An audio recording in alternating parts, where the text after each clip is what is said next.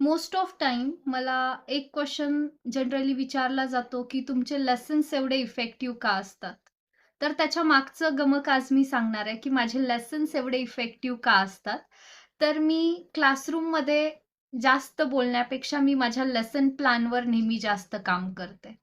For example मला एखादी concept ज्यावेळेस शिकवायची आहे, माझ्या स्टुडंटना नवीन काहीतरी मला द्यायचं आहे, तर मी पहिल्यांदा माझ्या लेसन प्लॅनमध्ये हा विचार करते, की ही कन्सेप्ट ज्यावेळेस मी माझ्या मुलांना शिकवतेय, मी माझ्या स्टुडंट्सना शिकवतेय, तर ती मी वेगळ्या पद्धतीने कशी सांगू शकते.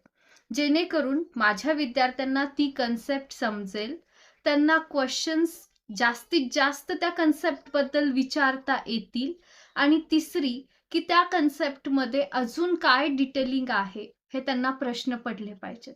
ह्या 3 गोष्टी जर तुमच्या स्टुडंट्ससोबत होत असतील, तर तुमचा लेसन हा सक्सेसफुली तुम्ही तुमच्या क्लासरूममध्ये डिलिव्हर केलेला आहे. Thank you.